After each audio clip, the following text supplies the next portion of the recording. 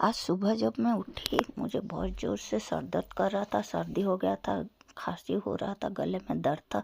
तो सोची कि काढ़ा करके पिया जाए।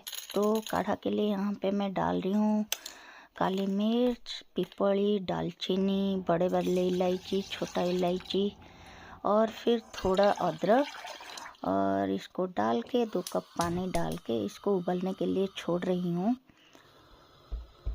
तो ये उबल जाने के बाद इसको हम मिश्री पानी में मिला के पियेंगे। ये है मिश्री, जिसका मैं ऑलरेडी रात में ये पानी में डाल के भिगो ली थी।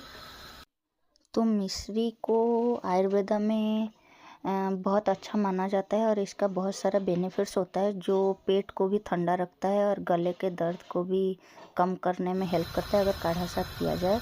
तो यहाँ पे मेरा काढ़ा उबल गया है, तो इसको अभी हम लेके मिश्री पानी के साथ मिला के पियेंगे।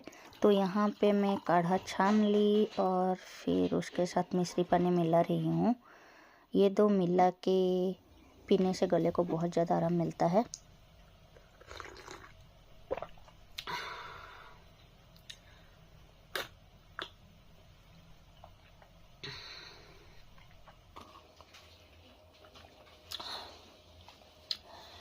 इसको दिन में 3 मिश्री पानी अगर तुम नहीं पी सकते 3 बार, दैट्स फाइन। उसको थोड़ा उसमें शहद मिला के, शहद हनी मिला के पीना है, ठीक है।